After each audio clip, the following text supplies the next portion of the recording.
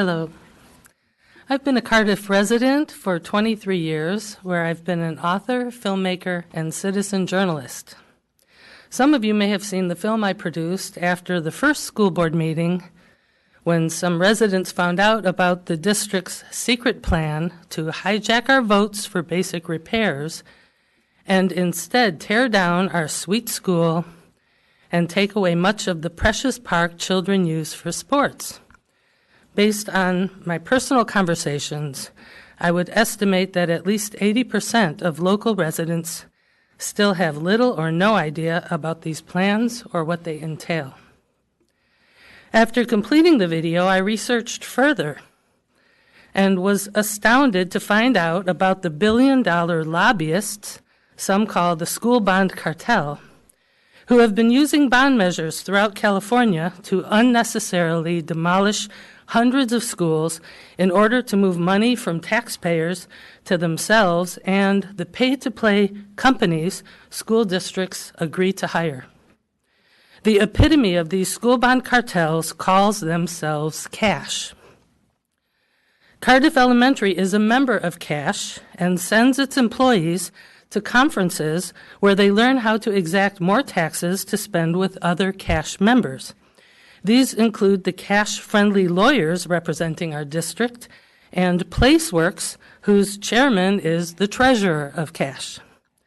Cash-friendly architects often build ugly replacement schools like Skyline and Solana Beach, and the one they're planning to build to replace our sweet school, which received 100% exemplary structural ratings until just before Measure GG was concocted. One teacher recently complained that the school needs to be demolished because her classroom window doesn't open properly, but that kind of basic maintenance is what district funds are for. The CASH lobbyists often create guilt-inducing videos showing things like rusty water spigots, but since our school was in excellent condition, they instead composed a bond measure that ensured voters would have no idea about what the district was planning to do with our funds until it was too late. Cardiff school staff and friends of board members have been weaponized to bully, threaten, and slander pro-park neighbors. I was recently accosted by a shouting school staff member as I unpacked groceries from my car.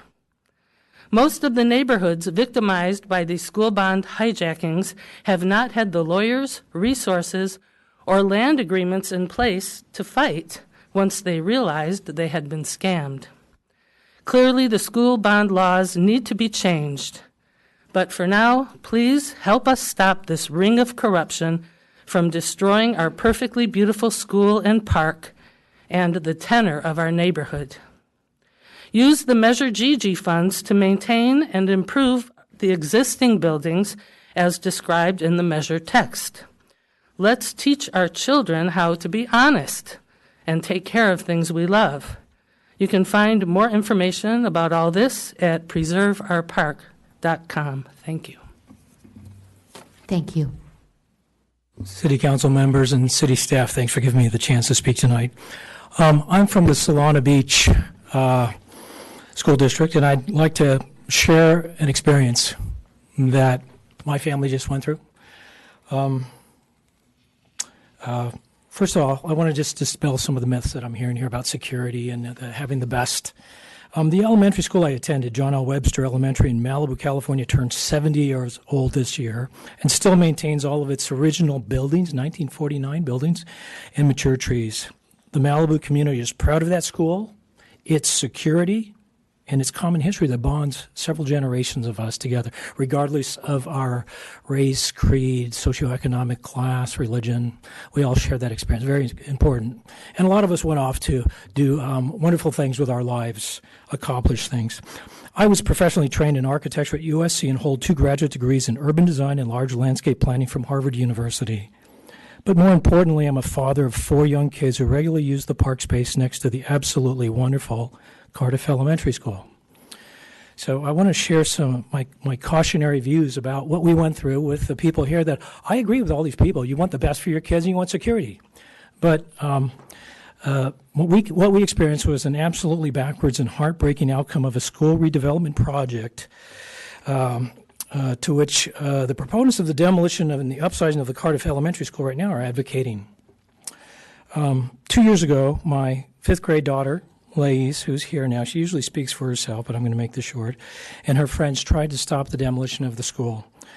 And they also tried to preserve the large mature trees that were on the site. The day that the school closed that year, bulldozers came in and completely ripped the thing to pieces and smashed all the trees. And she said, "What just happened?" And I said, "That was a learning experience." And what we don't realize is there's a pedagogical value to what a community does when it confronts things like gun violence and issues of budget and upgrading things. I think the way to address gun violence in schools is not to turn everything into a reverse prison.